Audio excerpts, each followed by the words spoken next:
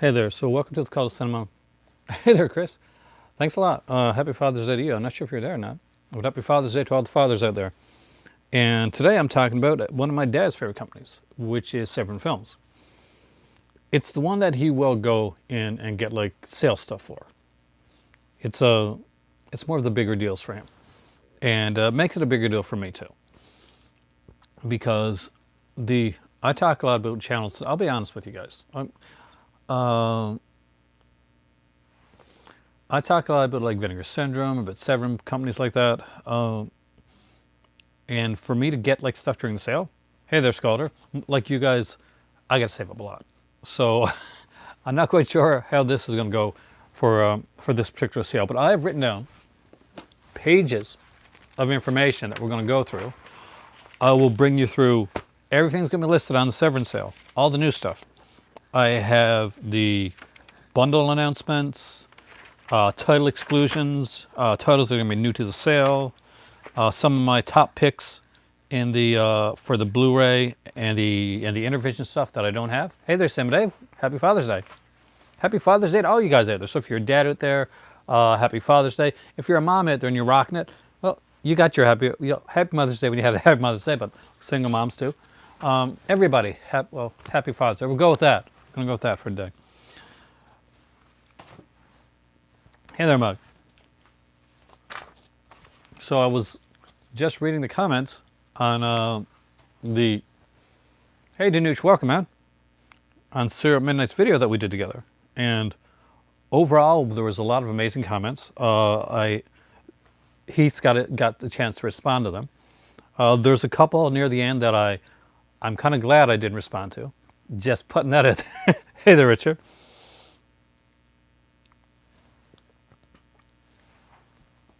Because I wouldn't make this video if I did. So Severin's got a big sale coming up. Go from the 26th to the 28th. There's a lot of stuff to cover. During the Vinegar Syndrome sale, we didn't know much of what was going to be on sale. We knew like Rad was coming. We found about the Immortalizer and a couple titles, and some of them did leak online. I did see the leaks online, but I didn't respond or put the leaks out on my videos because I'm not, I don't want to do that. If a company doesn't want to put it out there, I'm not going to put it out there. Severin has done it differently. They have decided to really kind of like to ramp it up and put it out there, like to really, hey there, Horriby, to really get like a lot of excitement going by like doing these kind of rollout reveals, and I've liked that. I've liked the way that they've done it. It's different than Vinegar Syndrome does it. It's different than a lot of people do it. But rather than like just wait till that day and then it opens up, bam, there's all these titles we didn't know, and then people are rushing to get which new releases they want. They're letting us know what releases are coming out. They held back one. So, you ready to talk about this, guys? Are you ready? Guys, so quiet. Hey, Alan, welcome, man. Until somebody says that they're ready to talk about this, we can wait all day.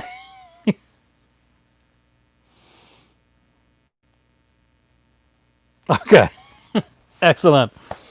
All right, so let's break it down. So there's 6 brand new releases. Getting a lot of Fulci stuff. We're getting a lot of we're getting some Franco stuff. 50% off most titles. There's going to be exclusions. I'll get to those.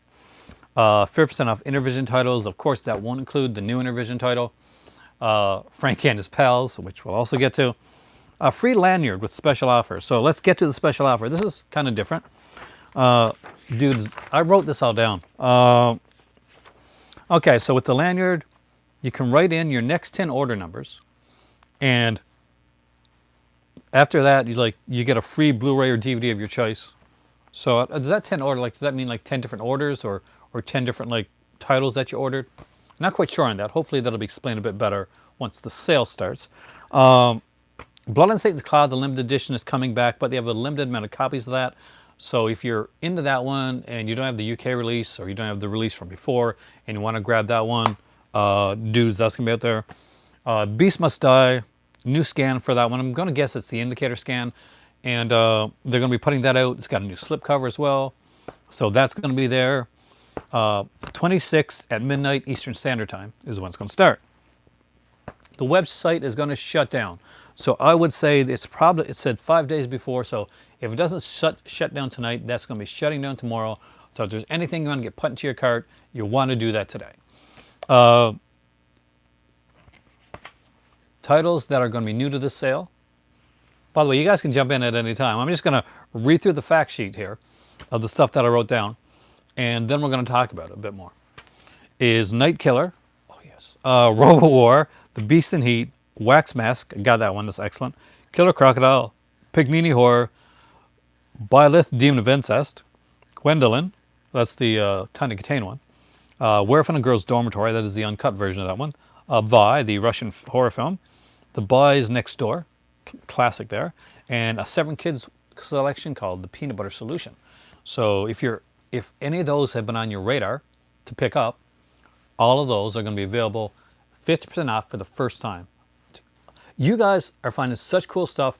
You're finding it on like at Walmart, you're going to Giant Tiger and finding stuff. I went to Giant Tiger, I spent 2 hours there. And I came in with a Super Sentai. But a good Super Sentai, but still. No Ben Scream Factory for $6.99 for me. I haven't seen Pignini Horror in a long time. I like the cast. And it's one that I want to buy down the road. I don't know if it's something that I would get. I don't know if I'm going to get anything from this sale. But if I do have the chance to get something, I don't know if it's going to be one that I'd be able to get during the sale. I wish, because it's got Derry Nickelodeon in it. I'm a big fan. I had a big crush on Derry Nickelodeon when I was younger. Which, her and Tenebrae, amazing. Donald Pleasance is in it. If anybody has it and they can give I've seen Pignini Horror recently. What your thoughts on it? Shout it out. Like give like your thoughts on it, because I don't always know. A lot of times I don't know, and when I don't, most of the time you guys do. So that is freaking awesome. All right. Now the not so good stuff. We look at the titles that are going to be excluded on the sale. So if any of these titles I'm about to mention right now are ones that you're waiting for the sale on, they're not going to be on sale. They're not going to be 50% off sale price. They're not going to be off anything sale price. They're going to be regular priced. So first off, all the bundles. So Severin does bundles a lot. They do these bundles with like 3 or 4 films. They put a T-shirt in there. They have an enamel pin, that type of stuff. Those bundles, the bundles that you've seen from before, those aren't on sale.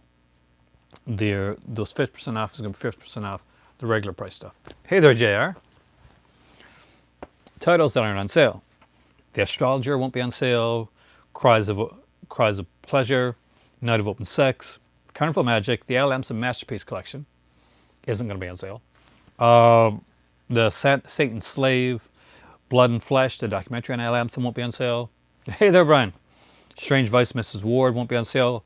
When the Wind Blows won't be. Horrors of Spider Island, the Lindsay Baker Giallo Collection. So those are the ones that I know for sure are not going to be 50% off during the sale. So if people are thinking, well, I'm going to get the Al Amson set 50% off if it's still available. No. Or the Lindsay set, it's just brand new. The Lindsay set will literally be being sent out at around the time the sale is over.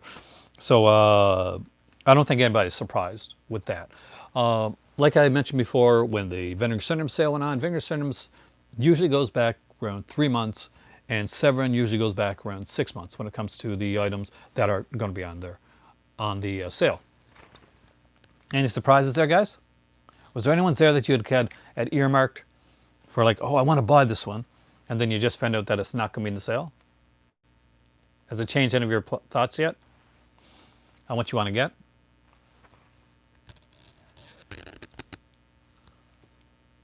You guys like super quiet. All right, I'm going to go on. Feel free to talk or say things at any time, though. Okay, so the mid-year sale releases that are coming out are Fulci's Enigma with a slip and a soundtrack. It is going to be limited to 1,500 copies. Fulci's Demonia has a slip and a soundtrack. It's also going to be limited to 1,500 copies. You don't have any Severin titles? Well, we're going to talk about that, Chris.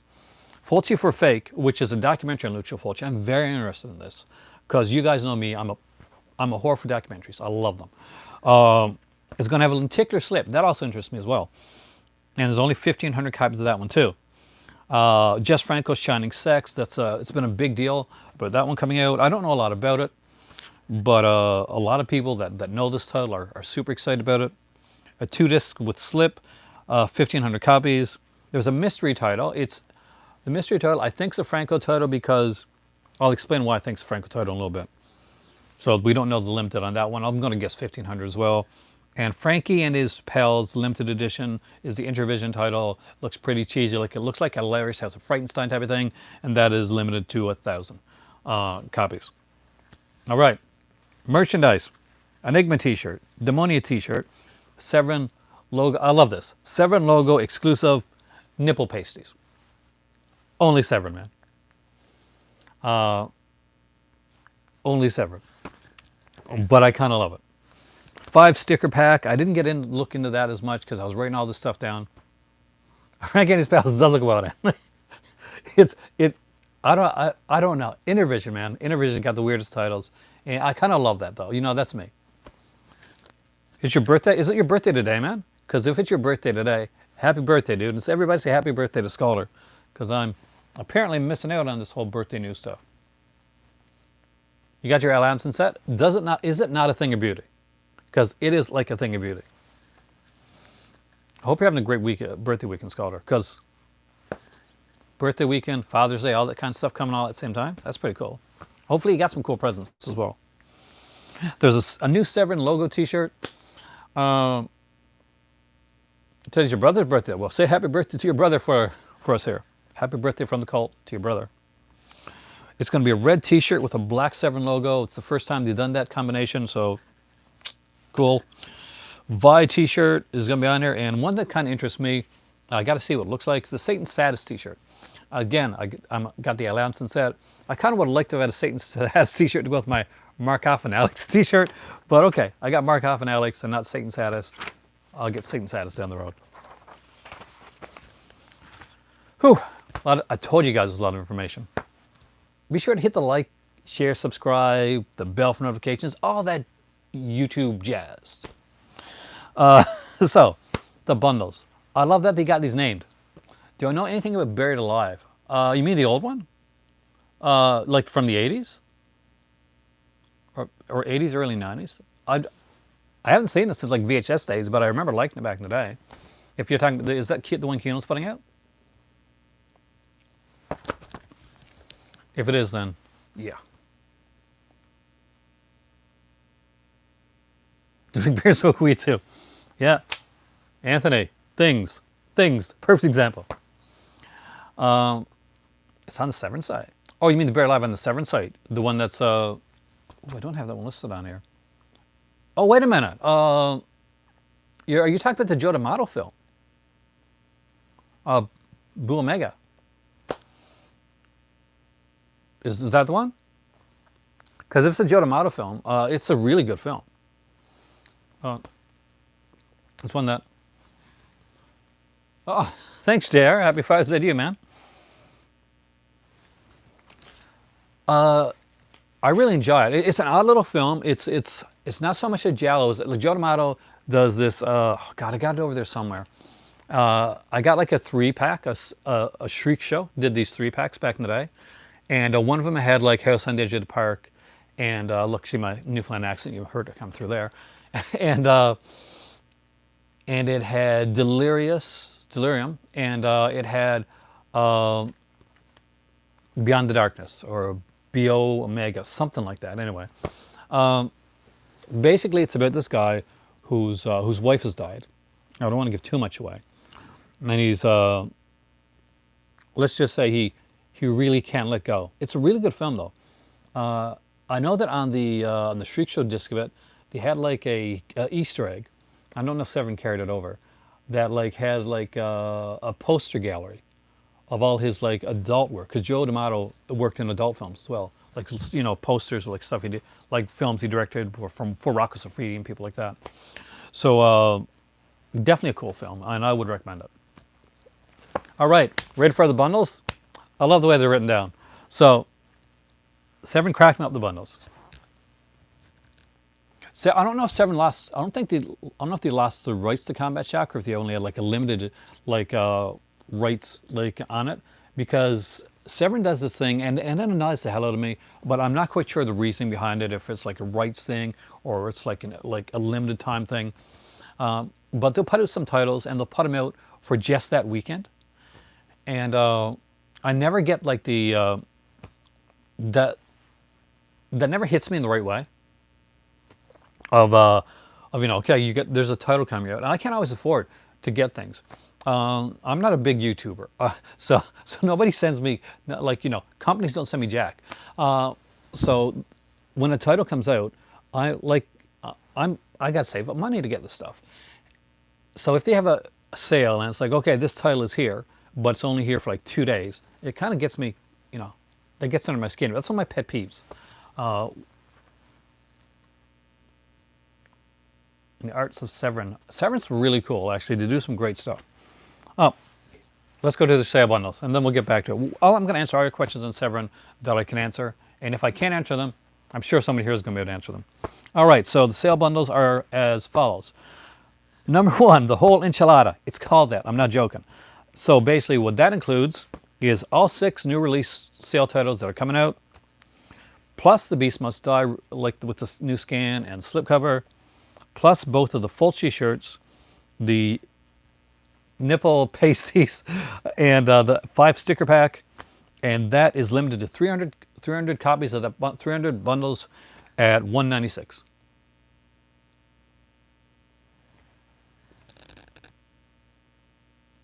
No,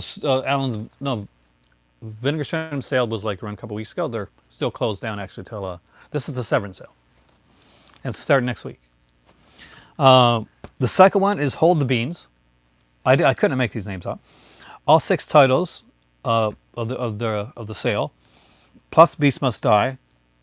Price for that one is $141, and limited to 500 of that bundle. Then we get to the third one, the Fulci taco plate. Enigma, Demonia, and Fulci for fake, plus both t-shirts, runs at $105. Severin does do good t-shirts. I got to say that. I got to give him credit with the t-shirts too. The Franco burrito combo. This is where, remember when I said earlier, I'm pretty sure the mystery title is a Franco title. Here's why. The Franco burrito combo has Shining Sex, just Franco Shining Sex, plus the mystery title, which leads me to believe that if it's the Franco combo, the mystery title that we don't know about, that's a Franco title. And the nipple pasties is $51. So that's all the big sale bundles that they're going to have on there. I know, Ellen, it's super pricey to try to get with this stuff. Shipping wise, if you're in the US, shipping is free for $100 or more. If you're here in Canada, you got to spend $150 to get the free shipping. Got to hit that sweet spot. International, it's going to cost you $200 to get the free shipping.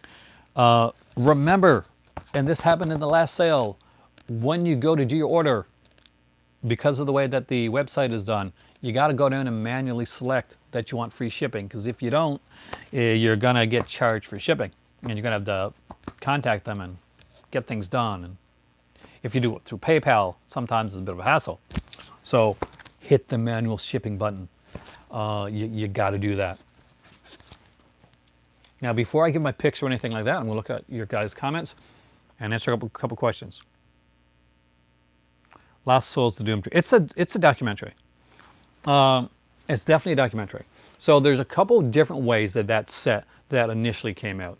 You can buy it just with the documentary and like a lot of like bonus interviews and stuff like that came at the end of it, or you can get like like a 3-disc edition of it, and that has like a long lost, like silent, I think German version of All in Dr. Moreau that was done back like a long time ago on the 2nd disc, and like a bunch of like interviews and stuff. And there's a third, like a CD-ROM, a CD, and that is like an actual audiobook of Richard Stanley reading the whole book, All in Dr. Moreau.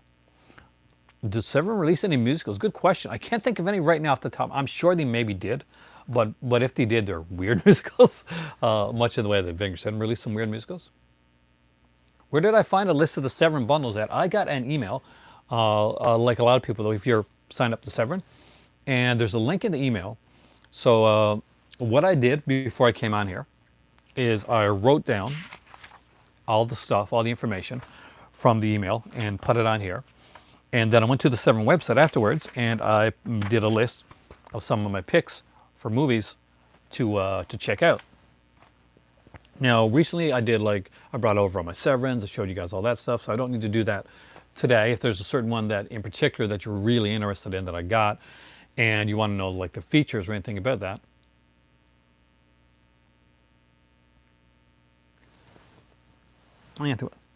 your Adamson box hasn't shipped yet, hasn't arrived. Do you know where it's at? I had some issue, like not with, like my Adamson set went all over the place. Like Severin did respond to me. Now, how did you go through? Did you like email them or did you go through their Facebook account? Or, you know, hit them up on Twitter? I find hitting them up on Twitter tends to be pretty good. And Facebook as well, but Facebook sometimes you get a lot of people commenting through Facebook. I find that, you know, if you're on Twitter, hit them up on Twitter or maybe on Instagram. Set like DM them and just put your order number there and say, okay. Now, if it's already gone from the Severin warehouse and it's like somewhere lost, like along the way, not lost, hopefully, because you know that should hopefully get covered. I paid $60 extra bucks to make sure that mine didn't get lost. Actually, on Dr. Moreau was. Oh yeah, I love on Dr. Moreau. That's the Lost, the Richard Stanley documentary, which you should watch, Brian, if you've never seen it. You should really watch it.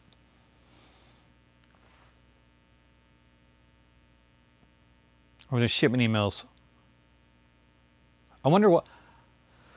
The only thing I can think, because I don't know. I don't know any of the guys that work at Severin. But I've never had much of a problem with the. It's just go in and like basically. I guess maybe where you know the whole thing's going on right now. That they're getting a lot. Probably like where's my order? Where's my order? Mine took like the scenic route of coming. Do you have like a tracking number? Because find out exactly where it's at right now. And aside from like talking to Severin, this is what I did. Contact. It's come FedEx, right? Is it FedEx or USPS? Whoever it is, contact to see where it's coming at right now.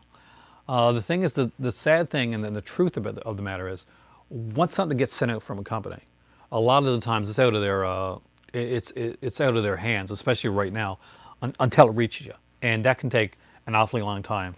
I was waiting for some stuff for like over 2 months that I ordered from a company, not Severin, but from another company, and there was really nothing they could do about it until we could confirm that the item was lost. Once the item was lost, then they sent me a replacement copy of the item.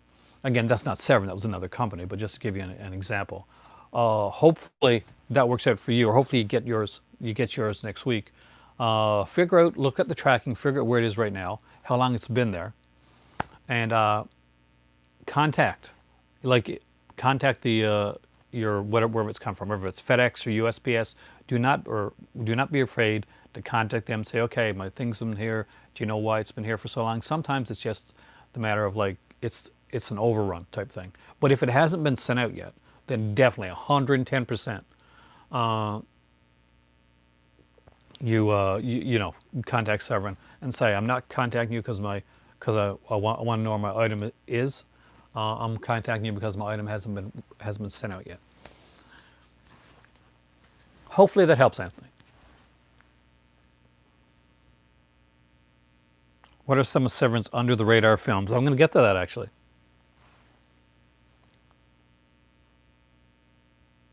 The Killer Crocodile set will be on the sale, and I love the Killer Crocodile set. It's I like those films.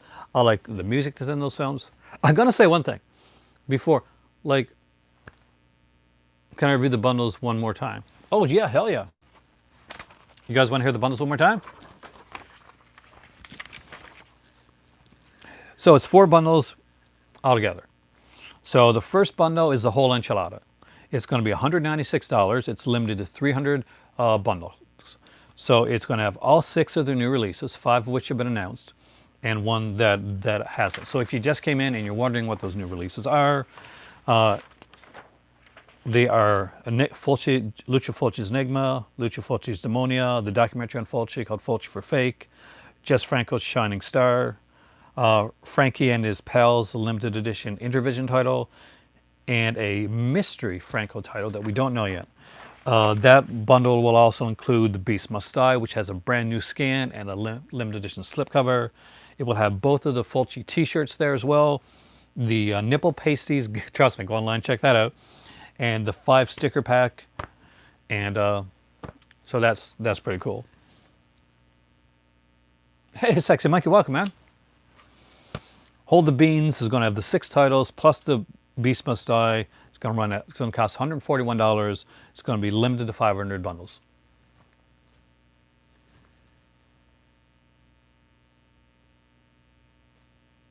You like their box? You like that bigger box, right? I really like. Either way you go, they're just fun films. Yeah, the replacement is for the Stewardess disc, which is disc 8. Not sure about anybody else, but some people are getting theirs before they get the set. I actually got my set one day, LM set one day, and my replacement disc came the next day. So as long as you're ordering it from from Severin, you're going to have the replacement disc sent out. If you've ordered it from Diabolique or anywhere else, the replacement is they've already fixed the disc before they send it to those to those places, so you're not going to have to worry about a replacement disc. I don't know the titles I just named. Want me to go through? Oh, it's okay, dude. That's what I'm here for. So Enigma, Fulci's Enigma, which was put up at 8 films too, by the way. Demonia, another Fulci film. Fulci for Fake, which is going to have a lenticular slipcover. That actually kind of attracts me. But it's a documentary on Lucio Fulci, and really want a good documentary on Lucio Fulci.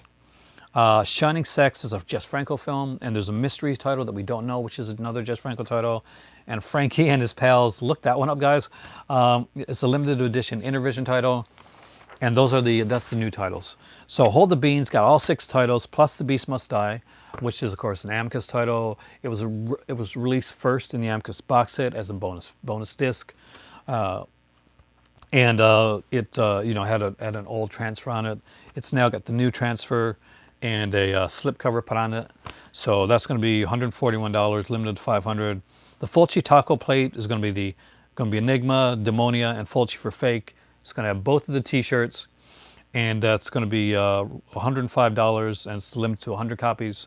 And Franco burrito combo is going to be Shining Sex plus whatever Franco mystery title there is.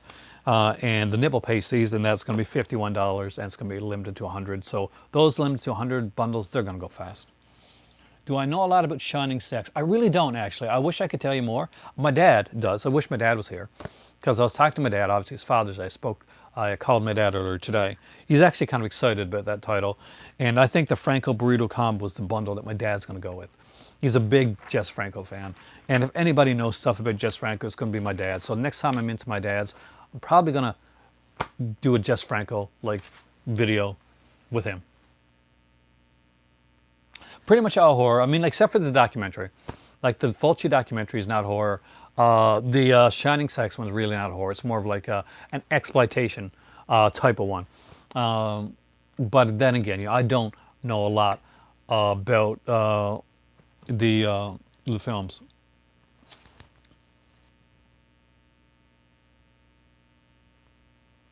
Your second what? Your second disc got Psycho Go-Go 3 times instead of The Fiend with Electronic Brain, Bloody Ghastly Horror.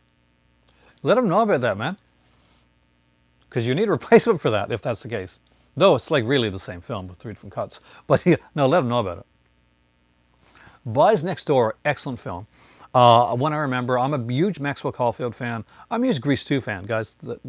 You can judge me on that. I don't care. I like Grease 2. And, Charlie Sheen is in it too. But Maxwell Caulfield for me is like the star of the film. And it's a really good one. It's one that I want to get. But yeah, man, if it's like the same film, it's like exactly the same film, definitely let them know. I got to say, the companies have been great so far about getting stuff out, because it's a crazy time. And I cannot imagine working for like Severin or Vinegar Syndrome or Mill Creek or Obstructive View or anything like that. Right on. Another Grease 2 fan. There you go. You just gained extra cool points. So I got some picks. Some of these were sold out on the site right now. I'm hoping that they got stuff in when the sale goes live. But I got a top 13 of picks, stuff that aren't in my collection,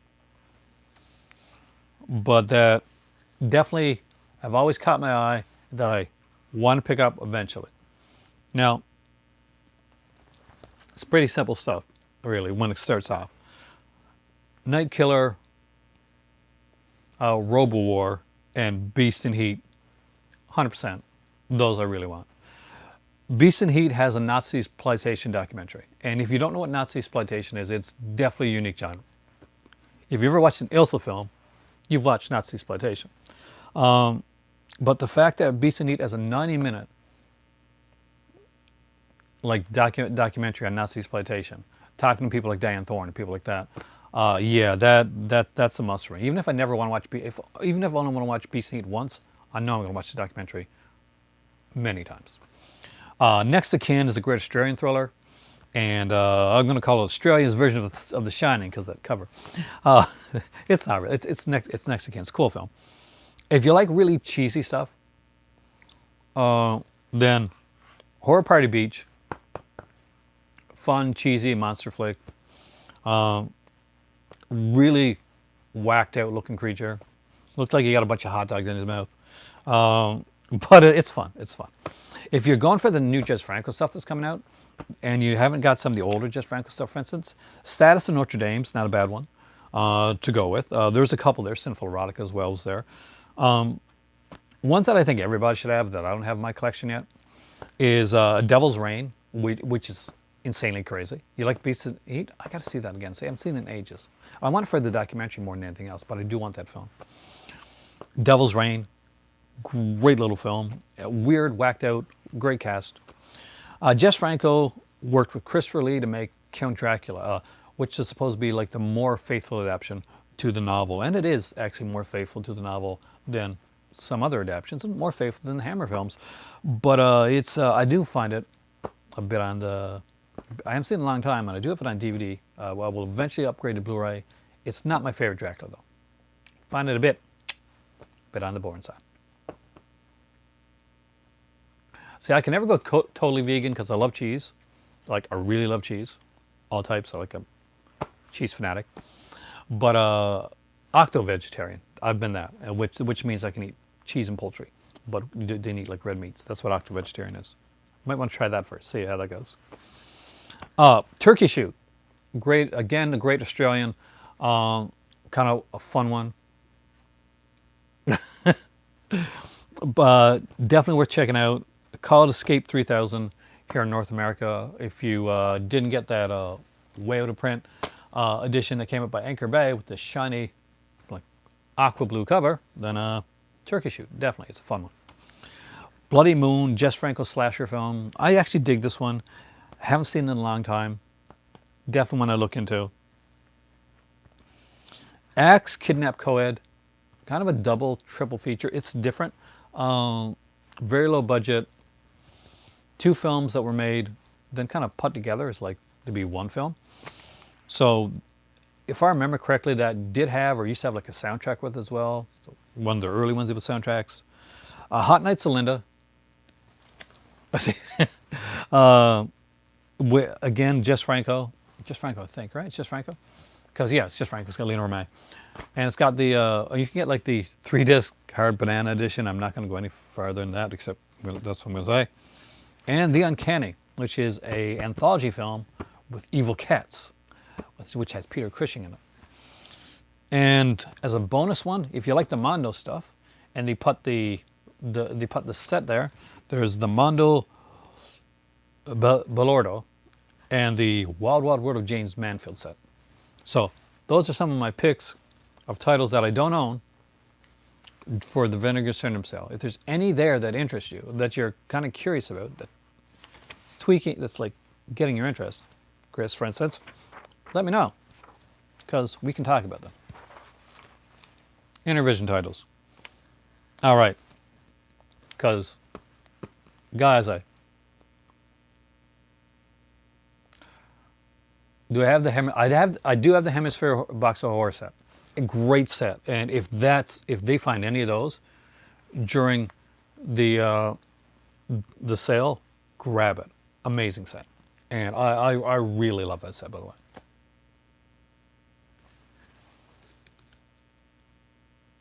Mondo, basically, that's the kind of like the pseudo, like, documentary style films where basically they talk about like they'll say like it's a way to put like sex and like fake violence and stuff in there. There's like London After Dark. There's Australia After Dark as well. The Mondo films. There's a whole bunch of them. The Mondo Kane, I think, probably really started it all. Yeah, kind of. Yeah, think of it like an early found footage type of thing, where they'd make these kind of like documentaries. So, and it was a way to get people to go into the theaters, like the whole like exploitation. They have like the stuff in there, like going to the underground sex clubs. So a lot of times it's like actors and stuff like that. And sometimes they put like some semi-real stuff, and then they'd like put some fake, we're going to this like lost like cannibal tribe type of thing. You get a lot of that in Mondo films. If you're not into that, probably not going to be your type of thing. Yeah, I like the cannibal films, except more hodgepodge. It's the type of thing that you could put on maybe like say if you're like me, you might like, you're having like a Halloween party or something like that, right? And you just got like your big screen on in the background, and like the music's on and that, so you're not really like watching anything. You could probably put on a Mondo in the background and just like let it play. As long as you're the people that you're going to, not kids and stuff like that. I don't know. I mean, like, I still think there's a lot of good stuff that can be done with the found footage genre. It's just really, really hitting that sweet spot. Same thing with every genre.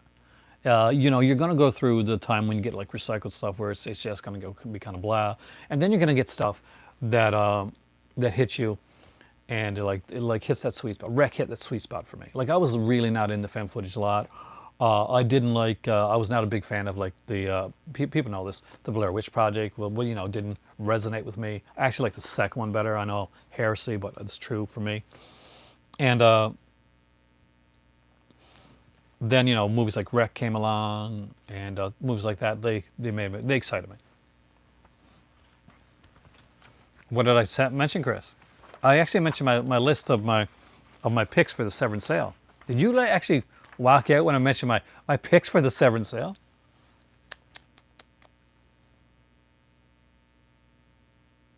The one that got to me the most that I didn't like, I think, and let everybody like, and I think maybe I just got to go back and rewatch it, is like, and PlayStation just mentioned it, Cloverfield. I never got into Cloverfield, but I know a lot of people did, and I know it's probably when I saw it, or maybe it's just not my bag. But talking like Austin Powers, but. But that's the truth of the matter. Is like, I just didn't get into Cloverfield when it came out. I actually like the Cloverfield, Cloverfield Lane. I like that one better. That I enjoyed. I just wish there wouldn't have been monsters. I didn't want the Cloverfield part to be in it. The film's working so well as psychological. Dude, that's not there's nothing at all wrong with saying that you don't like horror. My better half doesn't like watching horror films. I got an upstairs area where I go and I watch my horror films, because I don't want, because like you, it bothers her. She gets upset and unsettled at times, especially if there's animal violence in a film. Like, she can watch like the older stuff, like the Universals, the Hammer, stuff like that. But I wouldn't like subject her to watching stuff if she didn't like it. So it's totally cool with like not liking horror. You don't worry. I don't always talk horror. It gets a lot of play on my channel, but I don't. But so there's not everything here is always going to be horror, so don't worry. I also get crap sometimes when I mention an adult film on my channel, and I like and study all types of film, so that's me though. It's okay. Yeah. So yeah, you'd get along with her, because like, she loves the Universal stuff. That's her jam. We can watch Universal stuff all day, and action films and sci-fi stuff like that. Though I found out recently she has not ever seen The Black Hole, Disney film The Black Hole. And I'm a big fan of that film. I saw it back in the day in the theater. And You got underrated, in my opinion. It's underrated. Weird ending. I would have loved the original ending better with the Sistine Chapel, but yeah, definitely look into. I love that film, and it set even though it didn't do well, it set like this whole pattern. No, not for the day. You got to understand, Brian, that the day that it came back in, it didn't have crappy effects for the day that it was done in. Actually, it had some groundbreaking stuff, and a lot of the people that worked on Star Wars and films like that worked on the black hole. But the biggest thing for the black hole is that Disney was very Disney pre-black hole. I totally disagree, Brian. But black hole pushed things in a more adult style, and it's set up like you wouldn't have the PG-13 films and that of the of Disney now, and or great films that they did like the Black Cauldron and stuff like that. If it wasn't for that. It has a weird ending. I was unsure of it when I went and saw it first, and it has that scene where Anthony Perkins gets killed. But damn, welcome, man. We are talking the Severin sale and apparently the black hole, because I'm trying to win Brian over to give it another shot. It always bothered me. I like Tron, but it always bothered me that Tron became successful and the black hole didn't. And the black hole is like this smart film, and Tron is effects. But I like Tron. Road movies and trucker movies. I don't know. That's actually something. Actually, they probably could. They do like a wide range of stuff. But for the people that missed out, really quickly, my picks: Next of Kin, Night Killer, Robo-War, Beast and Heat, Horror of Party Beach, Sadist in Notre Dame, Devil's Reign, Count Dracula. Watcher in the Woods is because of Black Hole, actually. Turkey Shoot, Bloody Moon, Axe, Kidnap, Coed, Hot Nights of Linda, Hard Banana Edition, The Uncanny, and if you like Mondo stuff, Mondo Bolorado, and whatever else, however you ever pronounce it, and Wild Road Road, Jane Mansfield. We're going to get Intervision in a second.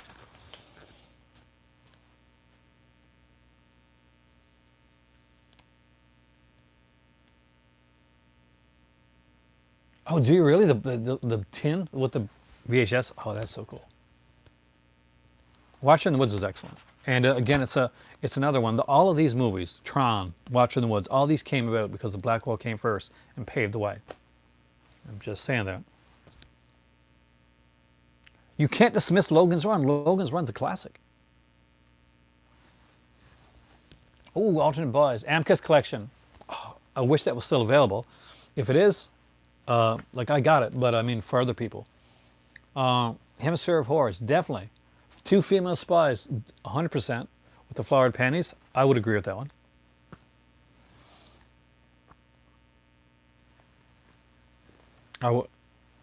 I like the Franco stuff, the Fulci stuff. Like there's a lot of stuff I did mention. But, and yeah, if you guys have suggestions, if you guys look into your Severin collections, and so, let's see, like there's a little like, thing going on there. Intervision titles, here are some of the best ones. Well, I got Things. If you don't have Things, get Things. Pick that up. Trust me. It'll be fun. TV series. Logan's Run, the TV series. Dude, it had Gregory Harrison, who would also be in Trapper John MD. So that's cool with me. Both. I like both. Gregory Harrison, man. He's gonzo. And if you've never seen Trapper John MD, there are episodes on YouTube.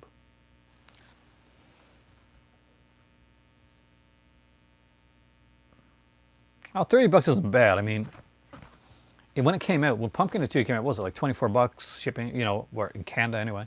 You put in like the price of like taxes and stuff like that. It's going to be around 28. So that's actually a good price, especially if it's gone out of print.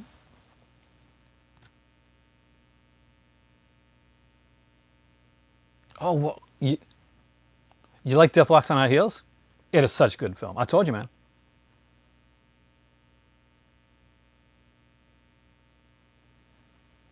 So many twists and turns in that film, and so many good ones.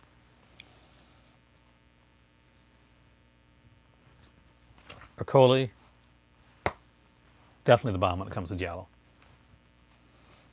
Intervision titles. Then we'll talk. Then we'll have a more free flow talk. You guys can talk about anything we want to talk about. Suffer Little Children. Fun little one, low budget. I think Made by kids, really. If that's your jam, it's horror. Beyond the Seventh Door, that's a low budget Canadian one. Dark Harvest Escapes.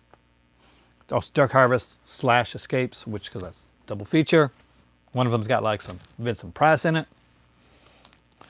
Dreamstalker, Death by Love double feature. Here's an actual like decent cool film within the Intervision one, and not just a cheesy shot on video thing. Trail of Dracula, which is a cool documentary. I think Kino might have put that on the Blu-ray actually, but you want to get like an inexpensive copy of it, then that's a great way to get it. If you're going to get the Beast in Heat and you're watching that Nazi exploitation documentary, then you might want to look into Deported Women of the SS and Gestapo's Last Orgy. Also, there is Sledgehammer, which is one that people tell me I gotta get. Hey there, Cinematheque. Australia After Dark and ABC's of Sex are there if you like the Australian Mondo films. So now we've gotten through all of that stuff. Pages upon pages. Do I not do my homework for you guys? Don't I? Let's see what you guys are saying. So it is true. I'm not going to lie, JR. We kind of are.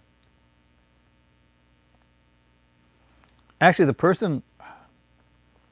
Well, that's because the second Tron movie didn't do very well. They're still working. Brian's going to hate this, but they're still working on a Black Hole remake. They've been working on it for a while.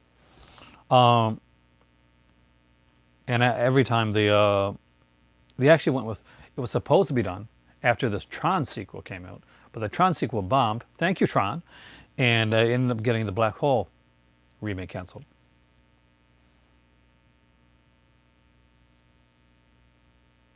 You can't find Pumpkinhead 1? Oh man, that's such a good film too. It's got like that feel of like of a tale that you'd hear when you're sitting around a campfire, and nothing's better than that, man.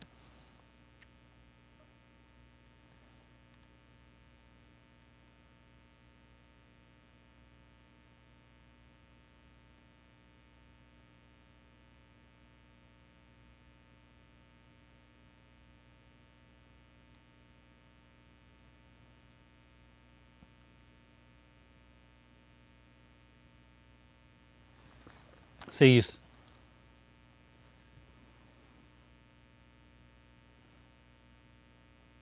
I'm just listening, reading here because, like, Brian and Sasha are having this like conversation about like Logan's Run and the Black Hole. I'm agreeing with Sasha on this.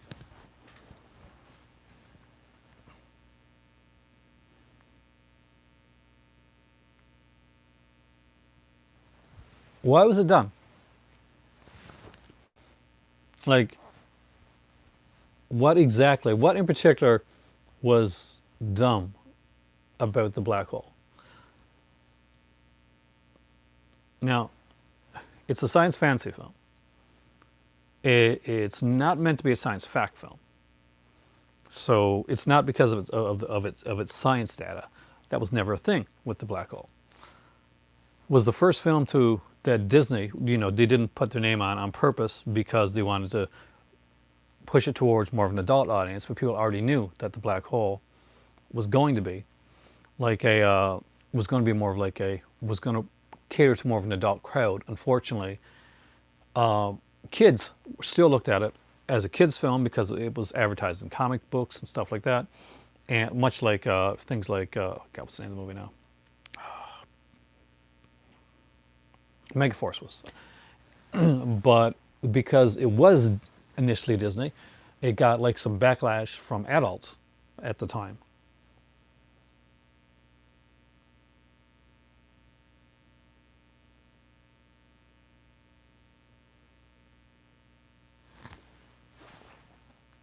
What's this? The special effects aren't bad. You have to take the special effects for the time that they're done in, and the budget that they were allotted.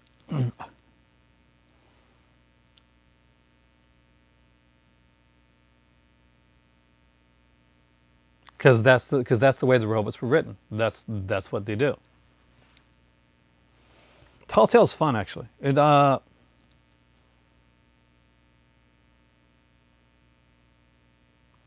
Yes, you can see the wires, and you know why? Because CGI wasn't available back then. You can see the wires in a lot of movies back then for that particular reason. See, nowadays, all you need to do is, digitally take the wires out. Back then, you didn't. Also, we got nominated for an Oscar for those effects that you didn't like. But hey, the Oscars liked them. We'll just go with that. Severin and 88 Films do put out a lot of titles that are very similar.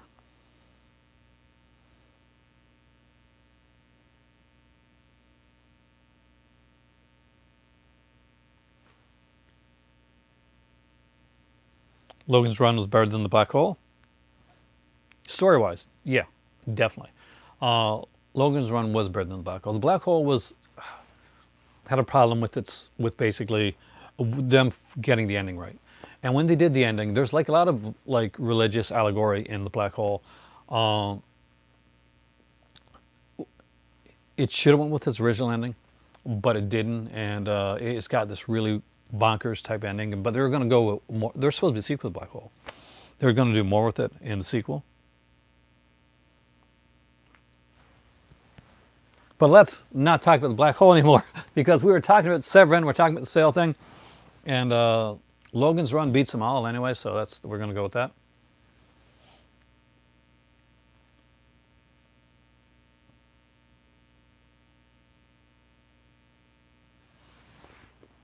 I think there's a recent video on one of the channels on the Black Hole. I can't remember which one it is,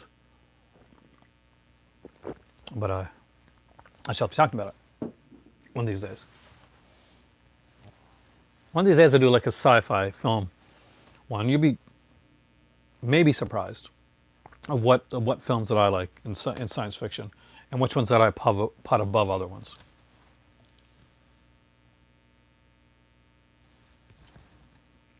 Oh, the score is excellent.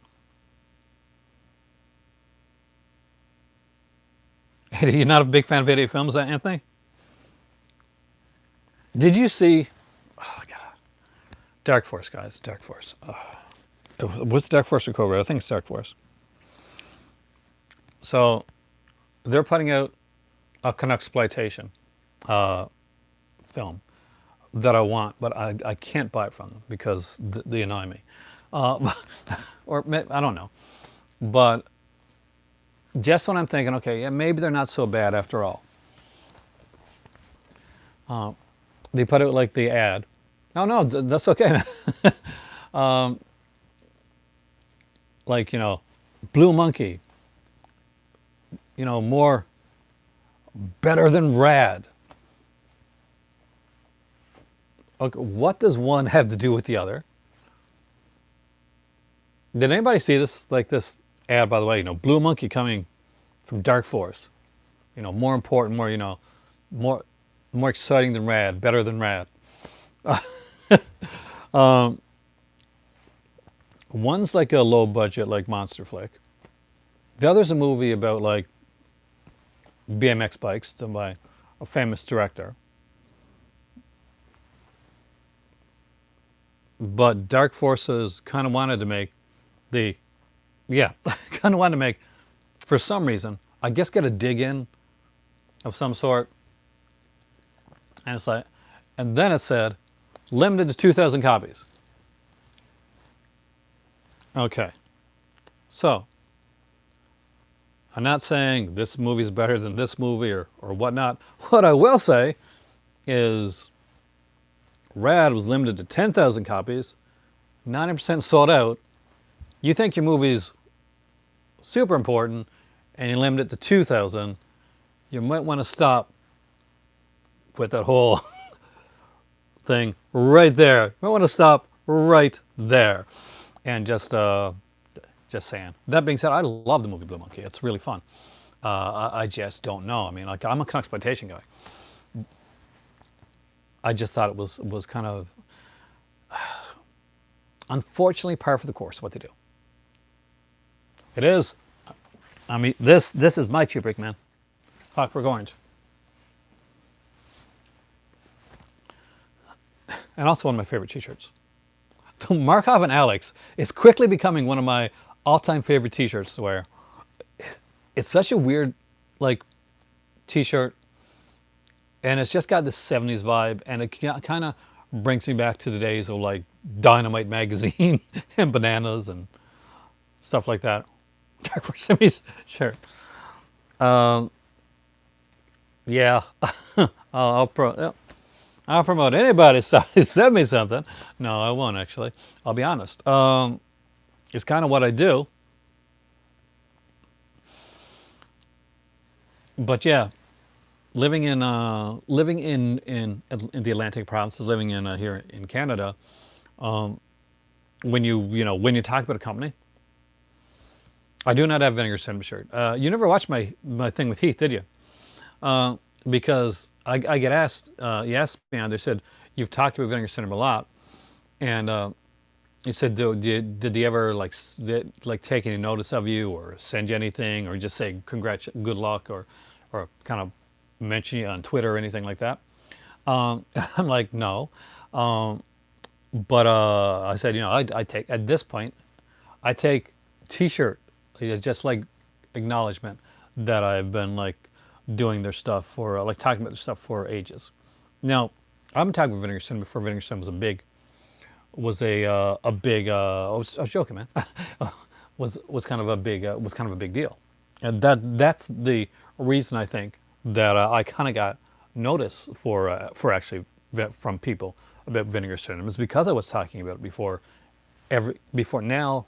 When I did Vinegar Cinema videos back in the day, for those who've been here for a long time, I was the only person. I think me and Celluloid Shot, who was of course like reviewing a lot of their titles, were the only people talking about them.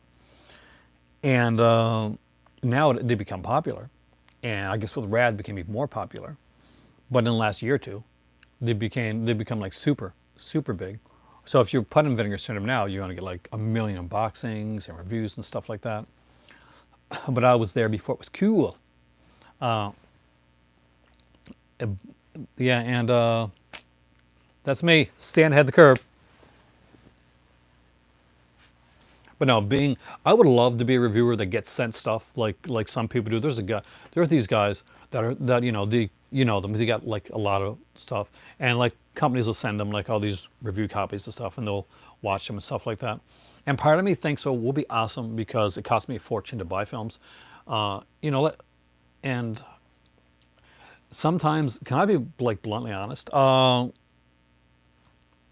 There's people that like got the bones to go out and like buy a ton of stuff and go out every Tuesday and go get a bunch of stuff, and every sale comes out and they got like 28 movies in a box, and they're unboxing these amazing stuff every time. And finance wise, I just can't do that. So I sometimes feel that I feel a bit down. I get a bit embarrassed that I don't have that, you know. I can't just like whip out like every special ones that are out there.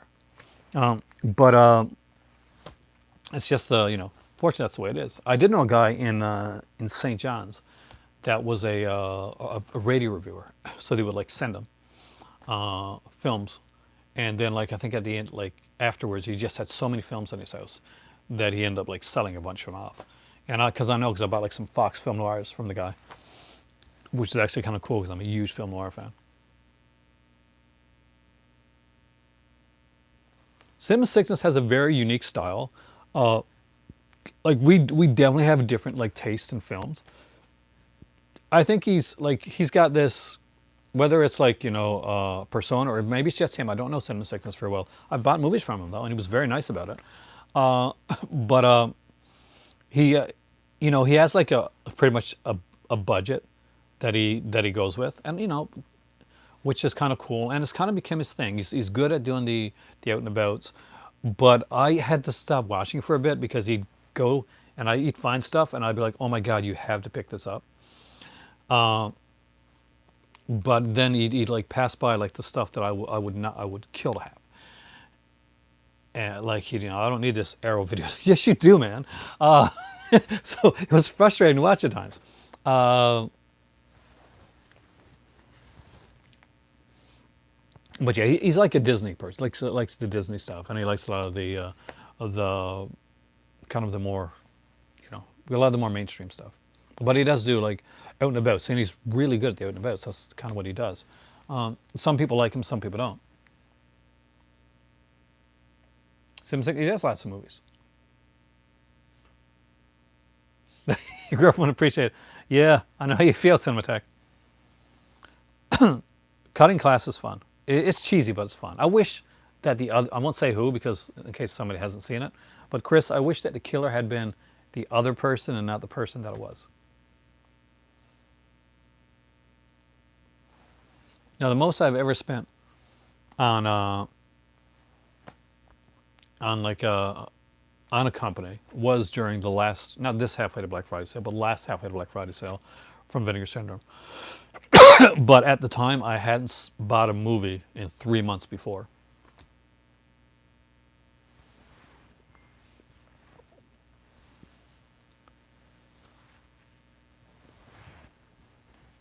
Stop sticking to my hand. I like Disney. I like, the thing is, Sasha, I'm weird. There isn't a genre I think that I don't like. I like film. I like movies. And I went in like as a lover of film and all types. So I could be talking about, Dragon Ball Z, anime, or I could talk about film noir, or I talk about a Z-grade horror film, or an 80s adult film. And going with the same passion. Don't go into the woods. That is awesome. Did you love the song at the end of it? Don't go into the woods. Yeah. I like the old school Disney stuff. Look, I'll watch the old stuff a lot. Computer wore tennis shoes, was greatest athlete, stuff I grew up with. I'm a big fan of the Disney era that like not a lot of people like and they talk about a lot. Like, the dark era of Disney, the 80s era. We know when Oliver and Company came out and they were doing like their darker films. Pre-Little Mermaid. Are there any Severin box sets that I would recommend for the sale that are going to be on sale? Good question, Cinematech. Let me think. Let me look back at my Severin stuff. If the Hemisphere Horror box set is there, I would recommend that if you like Hemisphere Horror type stuff. Oh, I'm not sure if it's going to be there on the sale or not, but if you like Giallo, All the Colors of the Dark, All the Colors of Giallo set, fantastic. I definitely would recommend that. Definitely a good one. But I'm trying to think of Vinegar. Those Severin films. That's not a lot of real big box sets that are going to be on sale that aren't sold out. That's the problem.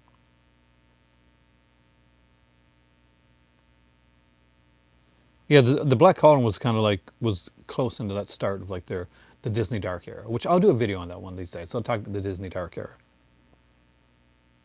The song was amazing though. I had to listen to it again. I couldn't believe it. It was like to the tune of Teddy Bear's Pick. If anybody hasn't seen Don't Go in the Woods Alone, definitely check it out. And don't turn it off after the movie's over because you have to listen to the song that's over the ending credits because it's the Don't Go in the Woods song and it is literally done to the tune of Teddy Bear Picnic.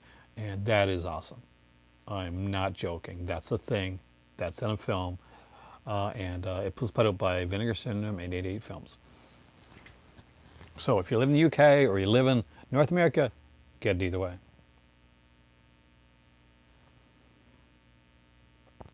But he didn't make a lot of those. I mean, like he was, at the end of the day, he wasn't the guy that like made a lot of those films. Like there's, he was like the guy behind it.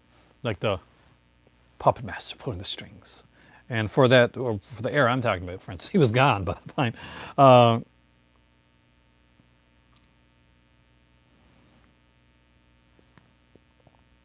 But does anybody have any questions on Severin, or the Severin sale, or Severin titles that you're looking at, or if you're looking at the Severin website right now, or where you're watching this, is there anything that you want to know? Cinematech asked about, like box sets.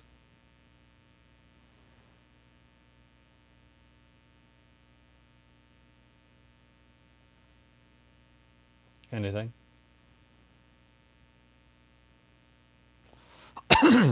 Well, I don't know. There's actually good artists out there. I mean, like there's good like, but yeah, there's definitely yeah, talking animals. I don't know. I'm good. I grew up with like Disney, like animated. I grew up with the One for Old Disney, which was big. I was big when I was a kid. It's a sad that that's no longer a thing. But again, Saturday morning cartoons are no longer a thing. I grew up with that. That doesn't exist anymore. It's just cartoon channels all the time. Yeah, exactly. When you're looking at this, always remember the Severin titles are half the 50% off, and are 50% off. So if you're looking at a title that's like $15, that's going to be $7.50. There's not an MSRP that it's got to go to before it gets to the 50% off. But on Unbox, it's amazing. It's out of print for a long time, and I missed out on that one, Anthony. Uh, though the Hemisphere Horror one, I'm going out there. I'm going to say it. It's a better set than the Blood Autumn box set, in my opinion. Maybe it's because I got it, but no. But I would say, as far as the films are concerned, I would say that the Hemisphere Horror box is a better box set than the Blood Autumn box set. They're both fun.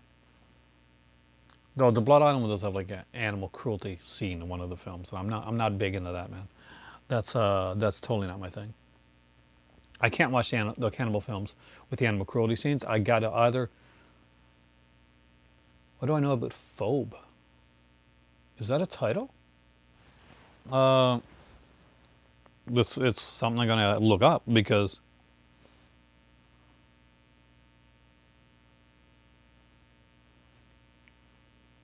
let's see, Phobe. Is that Intervision? Is that a DVD?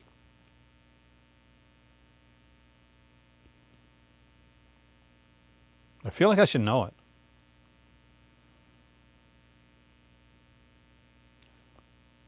Oh, it's an Intervision title. The Xenophobic Experiments. That's a 90s one, right? I think this is Canadian, actually.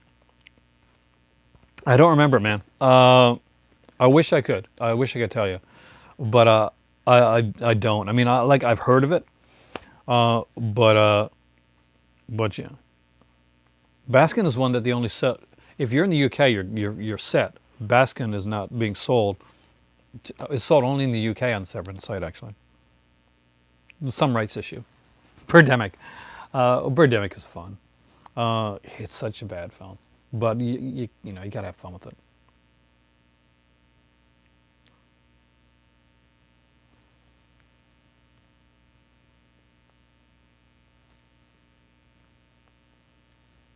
I'm just looking something up here. While I'm waiting for you guys to say something.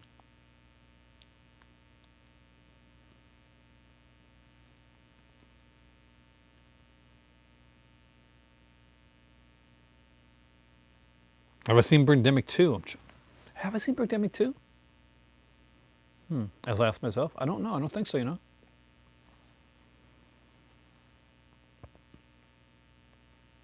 Baskin is ultraviolet.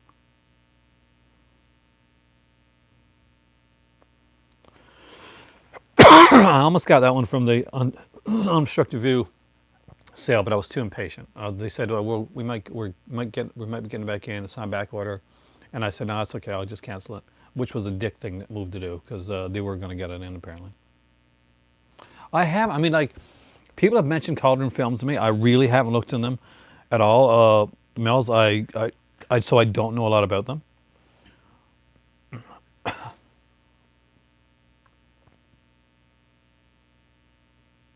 But that's my bad because I really should be looking into this stuff.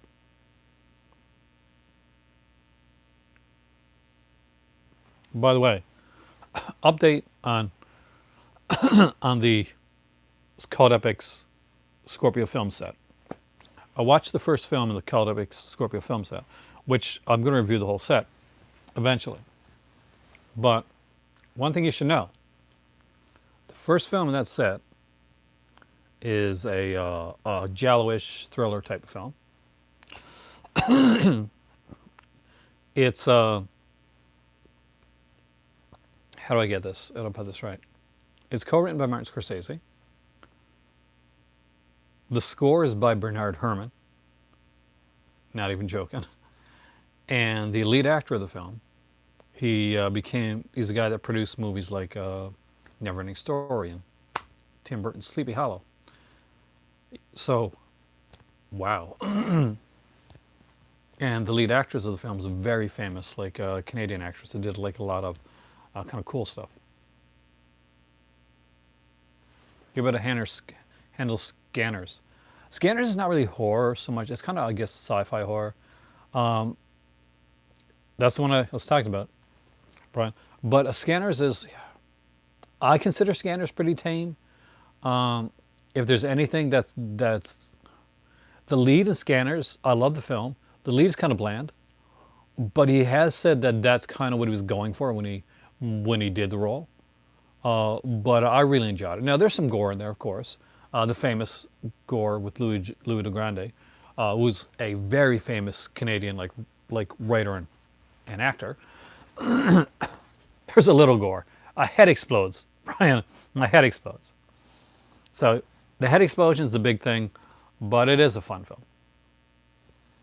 Get past head explosion, you're good. You're pretty solid then.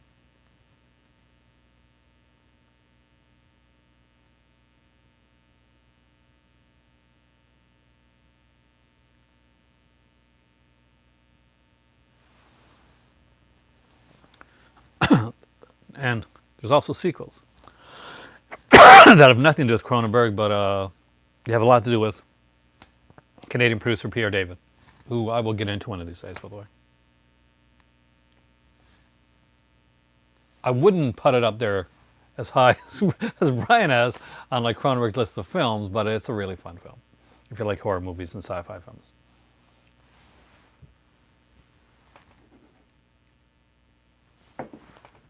Brian, we are just so not agreeing on science fiction today. You know that, man? We're just like the Cisco and Era to like the sci-fi films. Oh,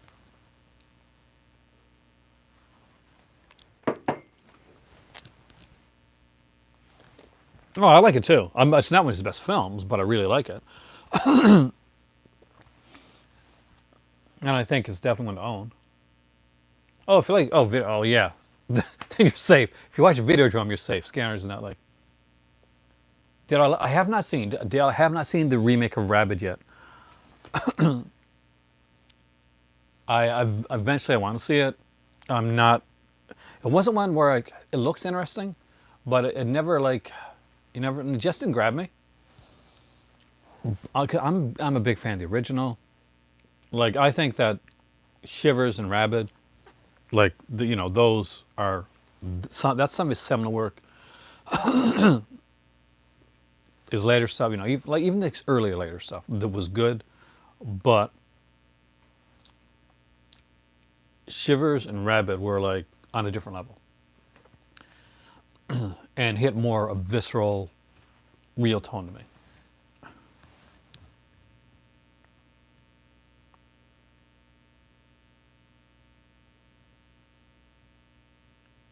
I've never watched the Butterfly one on Madam. I've seen Madam Butterfly, but I haven't watched his version. Did I like who?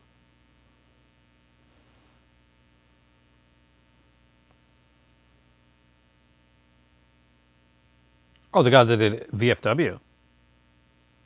Okay, I mean, I'm not like I don't go out of my way, but I know his work. I still have to see VFW. Sorry about that.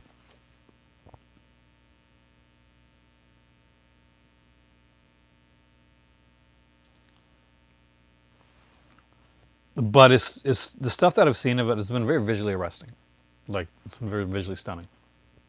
So definitely, I love that part of it.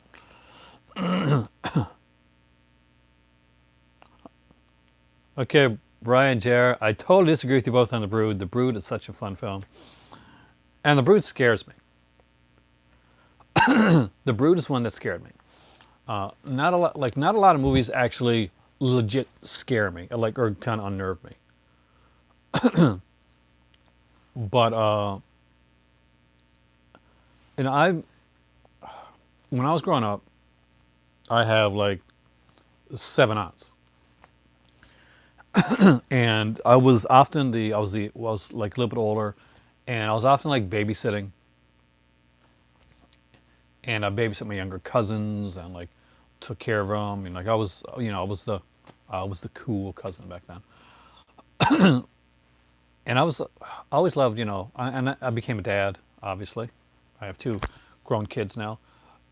Bro- Things in the brood aspects of it kind of terrified me.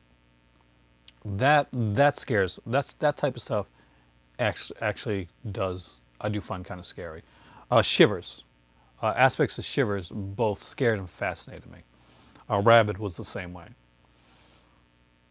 Videodrome, again, there's a classic, but still, I'm in the minority. I'll say that that I preferred the earlier ones than I did that, and I love Videodrome. But Scanners, good. It is never like it's. I'm surprised it's a Criterion film.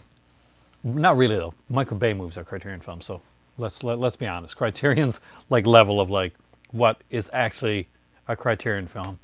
It's a bit suspect at times. Let's be honest here. Yeah, because I got some films that are like the greatest, the most important films of all time. Like I love my Criterion collection, but and I will like fight to say some of these are the greatest films of all time, but some of them, nope, good films, like really good films. But and that being said, Criterion is great at cultivating that mindset, but they're not out and out saying these are the most important films of all time. Not really, like, but they're letting their audience say that, and it works. So, and I love Criterion. So don't think that's a knock on Criterion. Not at all, actually. I love Criterion. I'll buy their stuff, hands down, all the time. My favorite pirate films. Oh man, Captain Blood stands out. When I was a kid, Captain Blood's a movie I'd watch all the time on TV, and then I would go out with my friends, and we would get big sticks and sword fight. I was a big Errol Flynn fan, and I found out early on that Basil Rathbone was a guy that really knew how to sword fight. He was like a master swordsman. So I would look for movies that had Basil Rathbone and swords in it because I knew that I was going to get like a good I was going to get a good time when it came to my my swashbuckling. Hammer did a few Parts of Blood River, stuff like that. They're really fun films, but the Earl Flynn stuff was always my favorite. One of my favorite box sets I got, and I watch Captain Blood all the time. Oh, Cutthroat Island's awesome. That's a newer one, but yeah. Oh, newer. It's not really newer. It's the 80s, right? Or 90s. The Brood and the Flies, Danucci's favorite Cronenberg. I'm with you there, man. They're good. They're fantastic, actually.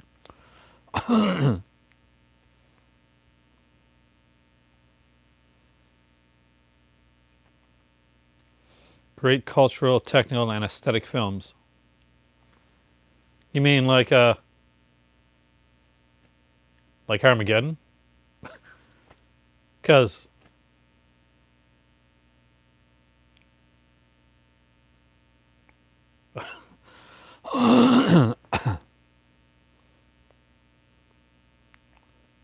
ooh, some Bertolenzi part fun. Oh, Arrow does some great stuff when it comes to that. There's like honestly like there's so many cool companies that I'm a bit saucy tonight, guys. Sorry about that, but it's fun. I'm having fun.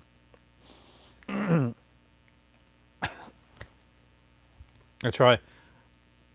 Hopefully, I'm keeping everything positive here. Hit the like button if you like me in my saucier attitude.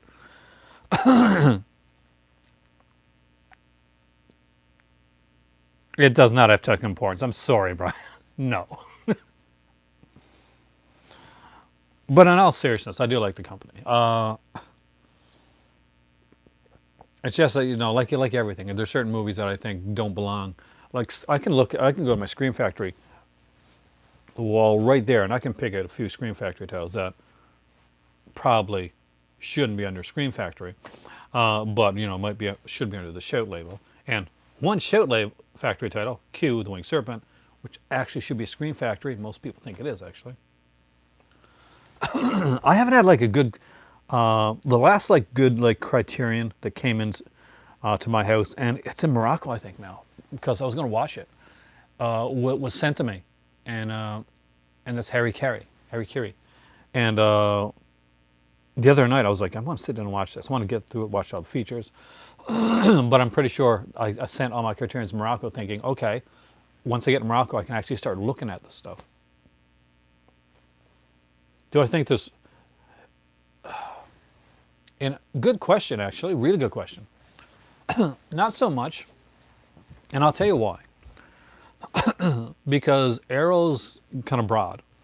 Like Arrow Video really doesn't have like a significant like reasoning behind. Like okay, they've got like Lucio Fulci and their the Arrow Academy stuff. Got their more like old school stuff, but nothing really like that. Like Severin, like Criterion literally says, these are the these are the important films, and in a lot of cases, yes, they are the important films. But that kind of puts you in the spot of like, if you've got a detractor, for instance, or someone that just sits it for fun, like me, that they're gonna say, well, you said these are the important films, and then they'll list movies that they don't consider the important films. So it kind of it puts you in that corner. I hope that makes sense. Like. Same with Scream Factory. It'd say, okay, we're doing 80s and 90s horror type stuff, and all of a sudden, and then say we'll do some 70s horror too. I had heard, and I apologize for the cough there, that a Fellini set is coming from Criterion. I'd heard like rumors on a Fellini set, and I'd heard rumors of a Kurosawa set. But at this point, as far as I can tell, it's all just rumors. Of course, there's a Bruce Lee set and the Agnes Varda set. And I would consider both of those. By the way, sorry. Criterion worthy films and film sets. Criterion is amazing at doing film sets, and I don't think they get enough credit for it. Like Vinegar Syndrome and Severin have upped their game with their film sets, and they're doing some amazing stuff. The Al Adamson set may be one of the sets of the year, but we still can't forget that Criterion trailblazed with their Ingmar Bergman set and their Godzilla set, in my opinion. And before, the one that gets forgotten a lot is the Zadiichi box set, which again is another amazing set that they did. But lately I've been into a Giallo phase. Somebody here mentioned that the Giallo's one of the Twilight Time ones is one of the worst they've ever seen. I haven't watched that one yet, so I'm kind of nervous, but I'll watch it anyway. Chasing Amy's the cheapest Criterion. It is, because you can find it anywhere. I got my Chasing Amy, a brand new, for $2 in a Dollarama.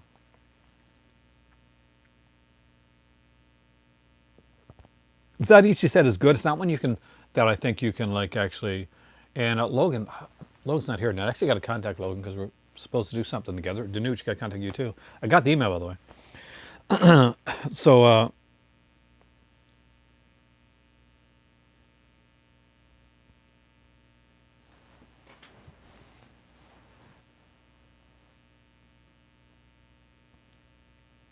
but yeah, like they're, but the Zadiichi ones are fun, but I wouldn't say that they're ones that you would like go through at a watch them all at the same time, basically, because it gets into like, okay, I know this plot type of thing. You know what I'm talking about?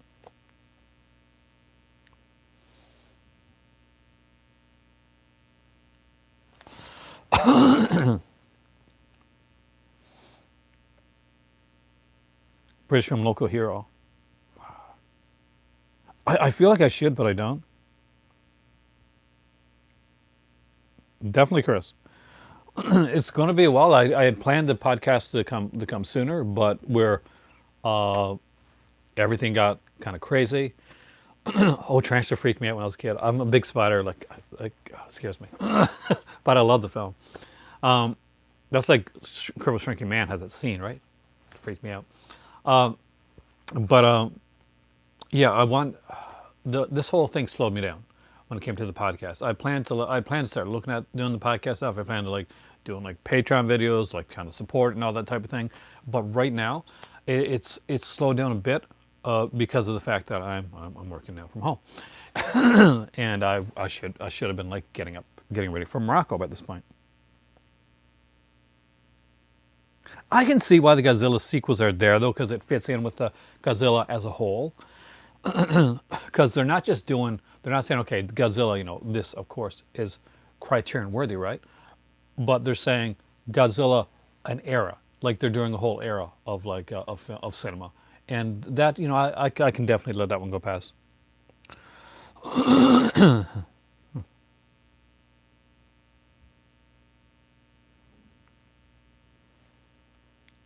Yeah, this cigar looks like Jada Pinkett Smith. That's pretty hot. Yeah. Well, see, oh, Cinematic, have a great evening there. I'm older, and I have a better half. Nobody looks at me in a sexy way, which is totally okay, because that's not what I do on here. I'm not the youthful one. I'm the old man of the movie thing, and I'm perfectly glad to be that. Why did I move over here? Because hopefully it's not going to disconnect. I want to check it out. See, the last time I came over here, it's not a bit of a slant. That's actually kind of cool. I was going to say, okay, if you want to talk about anything in this era, we can do that. Section, this is a state of mind. I totally agree with that, actually. But, so,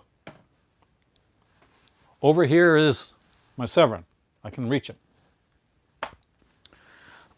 We got everything here from like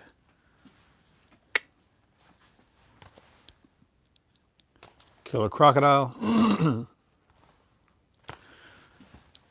to Emmanuel and the Last Cannibals. Trying to put this back without making this tip over on me and ruining the only camera that I got. And I've also got Vinegar Syndrome, Arrow Video, Scream Factory in this area. So if you have any questions or want to look at any of these titles, in particular, now is the time. This, by the way, is being reprinted with new features. And which is probably going to make my copy down in price. But still.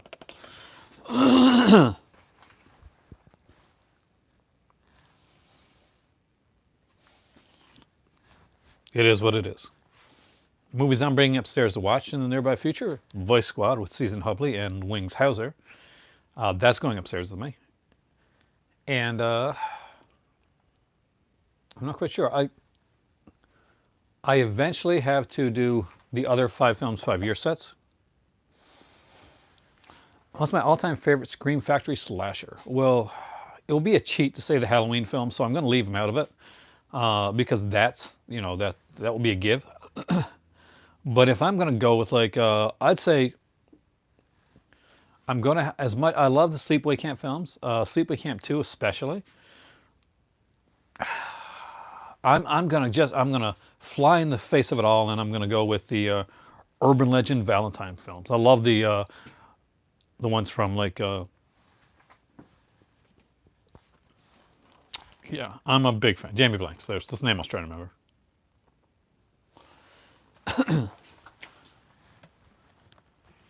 But as you guys know, I march to the beat of a different drummer, and I like the stuff that I like. So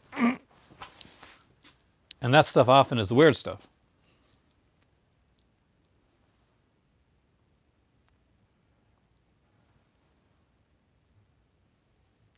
AD Films is a UK company.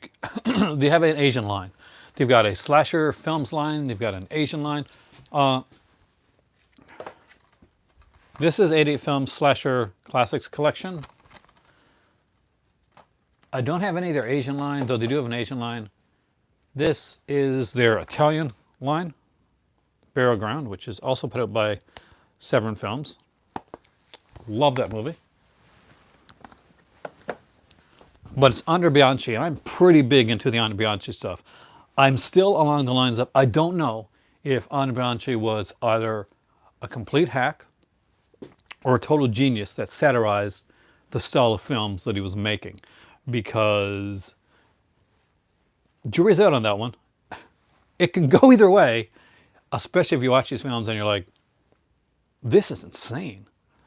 This is completely insane. Or is it genius?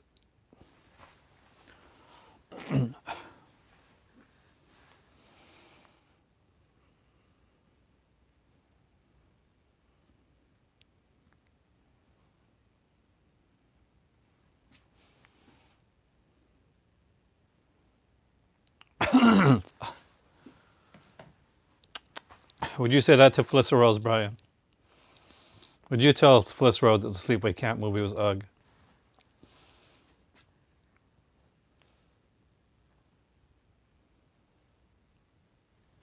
For those who don't know, Felissa Rose is the star of Sleepaway Camp. And she was young, like she was cute when she did Sleepaway Camp. She actually was a teenager, like most of the people in Sleepaway Camp were actually like the age of that, as opposed to having adults play teen roles. She grew up very attractive. Like, definitely, like, I'm surprised that she doesn't do more. Trust me, it's Felissa Rose, it's Sleepaway Camp. That's what she's known for. Of course, that's going to be mentioned. That's like if Kubrick was alive and saying, hey, nobody talking about 2001. It's going to come up.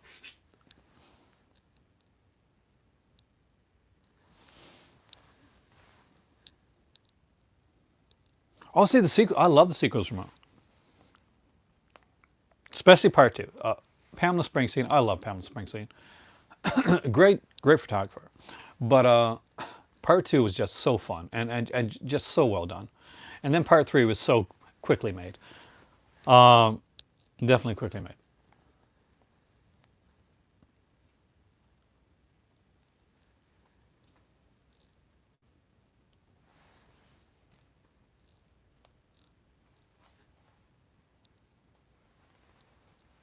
But the first one was amazing.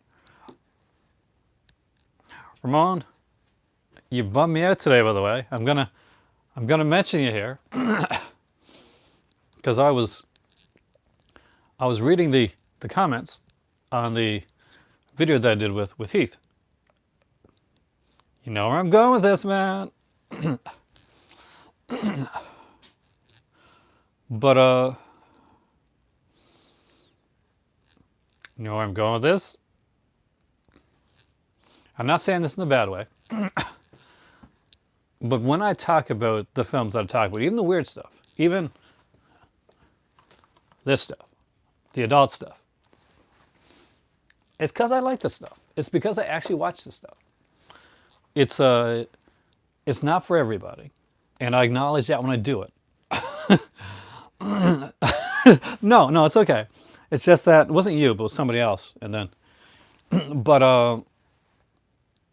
but yeah. But if there's something that you don't like, just let me know. I respect your opinions. That's why I do this stuff. That's why it's a movie club, and I'm not like doing things here just in front of a camera by myself. So what you guys say, it matters. So I talk about Vinegar Syndrome and Severin and Scream Factory and Arrow and all that type of stuff, and I love the companies. But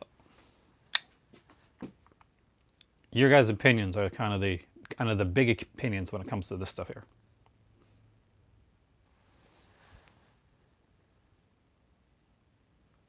Scorsese, I love Scorsese. I mean, I can't lie. I do. Scorsese has done so much for movies. And like some people don't like some of his opinions and stuff like that. And I get that. I understand it. I don't always agree. But at the end of the day, like I can't think of a filmmaker like that probably has done more for like for like actually getting films out there and like a lot of lost films than Scorsese and his World Cinema Project and stuff like that. That's the thing though, like Ramon, like for me, it's the idea to like take a movie that's kind of like an adult film, and I know that may not be your bag, but and take it into a different context, like not to review like a film that's adult, for instance, and just to say, okay, this had nice erotic scenes, but as to review it to review it and go through it as a film, and that's what I'm trying to do is hopefully like to get people to like kind of shift the view a bit on like certain types of cinema to maybe find something in something that they initially wouldn't. And at the end of the day, it just may not be your thing, and you're not going to watch it ever. But if I can get like a couple people to say, maybe, or okay, I can see that in a different light, then it's kind of what I do. I hope to do anyway. I hope I do. It doesn't always work. Obviously, it didn't work for you. That's okay though.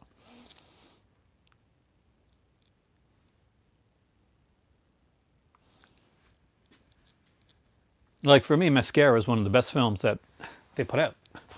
It's an adult film, but it plays like a French art house film, very much so, and and that works for me that way. But then again, I'm one of the weirdos that actually watches the adult films and fast forwards the adult scenes a lot because I want to watch the other parts. So J JBT. Oh really? I would definitely check that out. But that being said, Ramon, everybody likes what they like, and it is perfectly fine. I'm just kind of teasing you a bit, and I only do that because I actually like you. I would not say anything if I didn't like you, because I would be concerned that that you would take it the wrong way.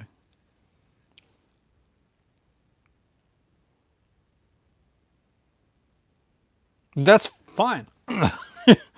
That's why, Ramon, I usually put like a what's the word? I'll usually put like a disclaimer. That's why I do an after dark, because when that's not your thing, and like I'll always put that there because it'll be an after dark. But it's all cool.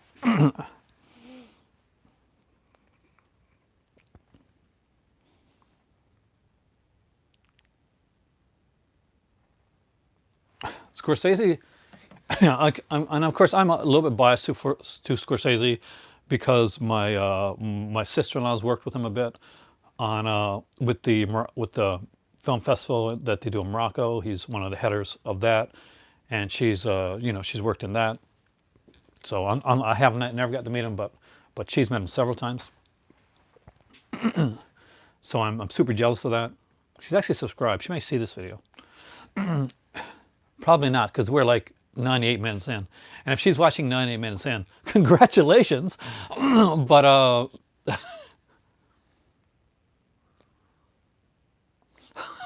Pizza Girls, it's a fun one. Bob Chin is good when it comes to that type of stuff. It's it's more comedic. Scorsese rubs you right. Scorsese, like, there's some movies, like many movies, yeah, like I got to be honest, that we wouldn't have if it wasn't for Scorsese. Like they would have been lost to time.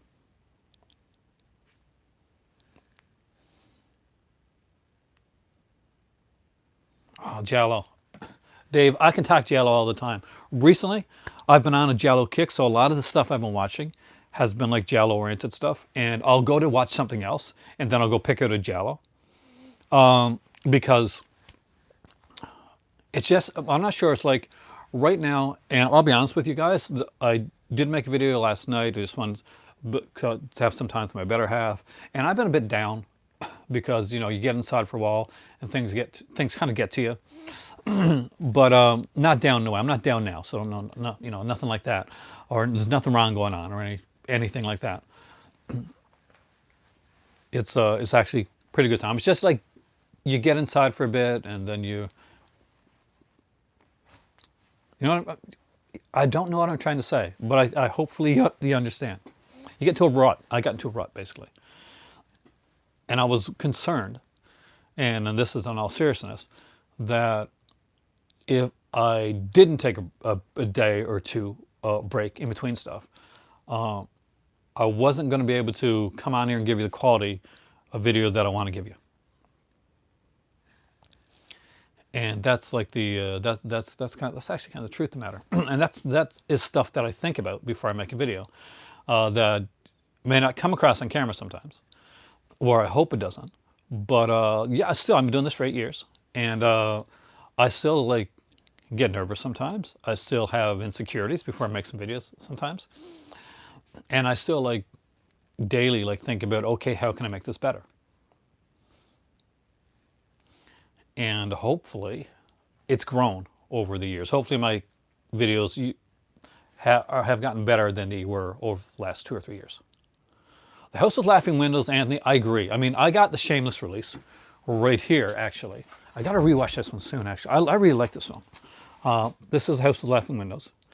And it's a Poopy Avati.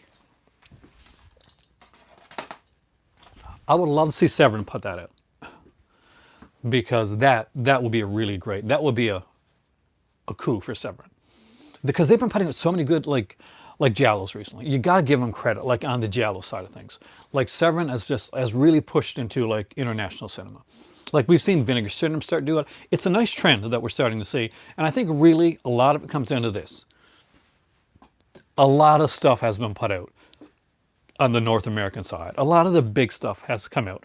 Like the John Carpenters are out there, a lot of the Wes Cravens, all that stuff's out there. A lot of the stuff, a lot of the big stuff that people wanted, like the really stuff, like people went through and they mined the libraries and the catalogs, and they've gone through catalog titles and all these big titles, and they've re-released films. International cinema and horror and giallo and stuff like that really was the next step to go at this point. It's starting to catch on again, and I really like the Forgotten Jolly box that came out from Vinegar Syndrome.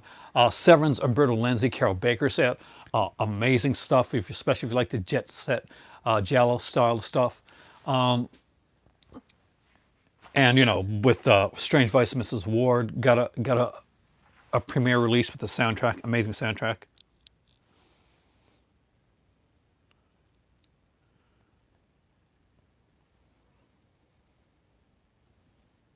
Oh, yeah, that's the thing.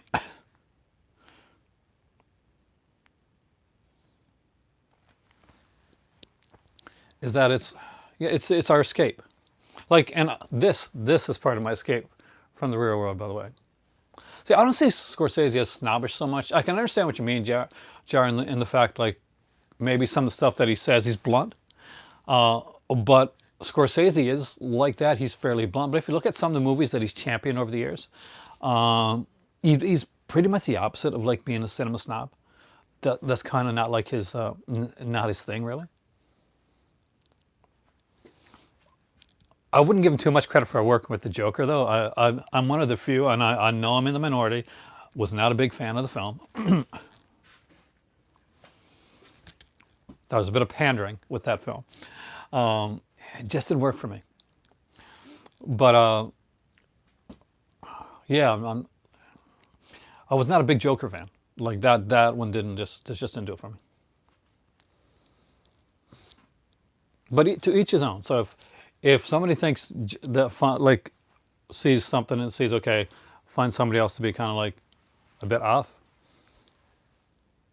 I'm sorry, Danuch. I know. King of Comedy is still my favorite in that genre. I know they're not the same, and I'm not saying that one cribbed from the like Joker cribbed from it though, little bit. But that's still my favorite in that genre. Sullivan's Travels, excellent film. I actually got the Arrow edition of that here somewhere. I think Vinegar Syndrome, not Vinegar Syndrome, guys, Criterion. I think some in the brain today. This is the Sullivan's Travels Great film, although I haven't seen it, by the way, guys. Excellent film. It's Joel McCrea, right? Yeah. I knew Joel McCrea mostly from westerns back in the day, but really good film. Basically, oh God, this one he's like he's a director, right? He's a director, like he's a filmmaker, and he wants to make films on like so he goes among the hobos and the homeless people and all that type of stuff. That's what he does.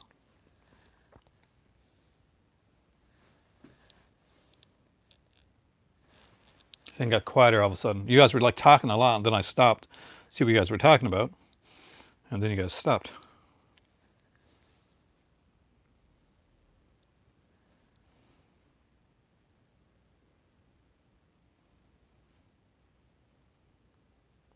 The Film Snob's Guide. I haven't actually. Joe Bob has been like saying a lot of really cool stuff recently. That's something I do have to say. That bothered me. I don't normally talk about like the drama stuff, Twitter and all that stuff. But the girl that works with Joe Bob, Darcy, who I find does an incredible job, and really, and a lot of times she's more in line with stuff that I like than actually Joe Bob himself. She got harassed a lot online by certain people about looks and all that type of stuff, and totally not cool. It got to me. I mean, like I read some of the stuff, and I almost like shut down my Twitter. I was just like, it was so, I felt so dark, like I need to wash or something like that afterwards. And she will never see this, but if she ever does, well, you're rocked there. So ignore the haters. Godzilla. I haven't seen that yet. I don't have Shutter anymore. I gotta wait. Hopefully, it's gonna come out on like DVD, because I would love to get like I buy those Shutter exclusive DVDs. They're $12 at Walmart, so I do try to get those when I can. I'm behind on a few.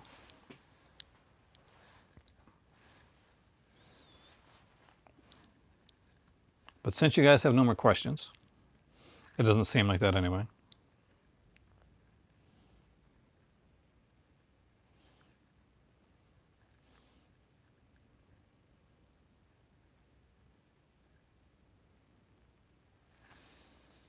Because Joe Bob did one act.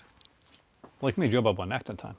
And he's been in a few films, and he's been cut from a few films because of time issues. Texas Chainsaw Massacre 2. Read your last question. Okay, what is that? Actually, I love the Wild Bunch. Line Riders, it's been a while since I've seen it. But I remember it being a good film. You like ultra-violent westerns, Wild Bunches, you're going to be your thing. Sasha had a comment for me. Did I miss a comment? Did I see your last comment? Obviously I didn't.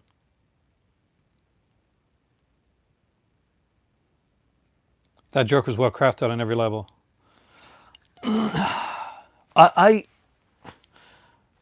Some people do.